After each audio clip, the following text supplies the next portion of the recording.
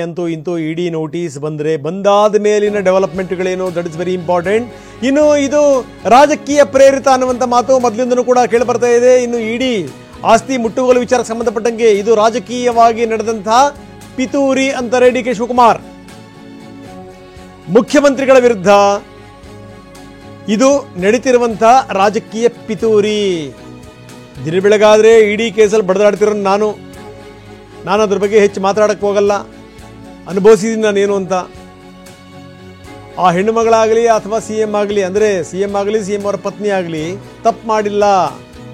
ಅದನ್ನು ಈ ಹಿಂದೆನೇ ಸಿ ಎಂ ಸಿದ್ದರಾಮಯ್ಯ ಸ್ಪಷ್ಟಪಡಿಸಿದ್ದಾರೆ.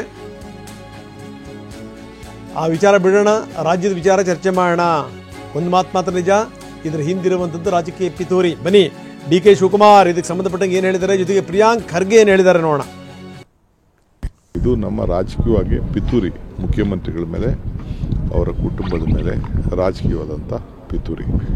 ಪಾಪ ಹೆಣ್ಮಗಳಾಗಲಿ ಮುಖ್ಯಮಂತ್ರಿಗಳಾಗಲಿ ಯಾವ ಪಾತ್ರ ಇಲ್ಲ. ಹಿಂದೇನು ಸ್ಪಷ್ಟಪಡಿಸ್ತಾ ಇದ್ದೀನಿ, ಈಗೂ ಸ್ಪಷ್ಟಪಡಿಸ್ತಾ ಇದ್ದೀನಿ. ಆ ವಿಚಾರ ಬಿಡಿ, ರಾಜ್ಯದ ವಿಚಾರನ ಚರ್ಚೆ ಮಾಡೋಣ. ಐಟಿ ಇಡಿ ಎಲ್ಲಾನು ಸರ್ ನಾವು ಇನ್ವೆಸ್ಟಿಗೇಷನ್ ಮಾಡಿ ಅಂತಾನೆ ಹೇಳಿರೋದಲ್ವಾ. ನಮ್ದು ಇದಷ್ಟೇ ಅಲ್ಲ, ಕಳೆದ 10-15 ವರ್ಷದಿಂದ ಏನ್ ನಡೀತಾ ಇದೆ ಎಲ್ಲ ಅರ್ಬನ್ ಡೆವಲಪ್ಮೆಂಟ್ ಅಥಾರಿಟಿನಲ್ಲೂ ನೋಡಿ ಅಂತ ಹೇಳ್ತಾ ಇರೋದು. ನಾನು ಈಗಲೂ ಹೇಳ್ತಾ ಇದ್ದೀನಿ ನೋಡಿ, ಬಿಜೆಪಿಯವರು ಮೂಡಾದ ಎಷ್ಟು ಆಳಕ್ಕೆ ಹೋಗ್ತಾರೆ, ಕಿಯಾನಿಕ್ಸ್ದು ಎಷ್ಟು ಆಳಕ್ಕೆ ಹೋಗ್ತಾರೆ, ನಮ್ಮ ಬೇರೆ ಪ್ರಕರಣಗಳಲ್ಲಿ ಎಷ್ಟು ಆಳಕ್ಕೆ ಹೋಗ್ತಾರೆ, ಅವರಿಗೆ ಅವಮಾನ ಆಗುತ್ತೆ, ಅವರೇ ಮೂಗು ಕುಯ್ಕೋತಾರೆ, ಅವರಿಗೆ ಮುಖಭಂಗ ಆಗುತ್ತೆ. ಏನಾಯ್ತಪ್ಪ ಮೊನ್ನೆ ಕಿಯಾನಿಕ್ಸ್ ಹಗರಣ ತೆಗ್ದಿದ್ರಲ್ಲ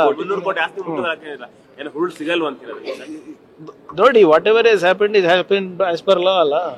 ಏನಾದ್ರೂ ಇಲ್ಲಿಗಲ್ ಆಗಿದ್ರೆ ಅವರು ಮೆಂಬರ್ಸ್ ಇದ್ರಲ್ಲ, ಇವರೇ ಬಿಜೆಪಿ ಅವ್ರ ಮೆಂಬರ್ಸ್ ಇದ್ರು, JDS ಅವ್ರ ಮೆಂಬರ್ಸ್ ಇದ್ರು. ಅವ್ರ ಕಾಲದಲ್ಲಿ ಏನಾಗಿದೆ, ನಮ್ಮ ಕಾಲದಲ್ಲಿ ಏನಾಗಿದೆ ಪಬ್ಲಿಕ್ ಗೊತ್ತಾಗ್ಲಿ. ಮಾನ್ಯ ಮುಖ್ಯಮಂತ್ರಿಗಳು ಹೇಳಿದಾರಲ್ಲ, ಅದನ್ನ ಯಾವುದೇ ತನಿಖೆಗೆ ನಾವು ಅಡ್ಡಿಪಡಿಸಲ್ಲ, ಯಾವುದೇ ತನಿಖೆಗೆ ನಾವು ಹೆದರಂತ ಇಲ್ಲ. CBI, IT, ED, ಗವರ್ನರ್ ಕಚೇರಿ ಯಾರಿಗಾನ ಕರೆಸಿ, ನೋ ಪ್ರಾಬ್ಲಮ್.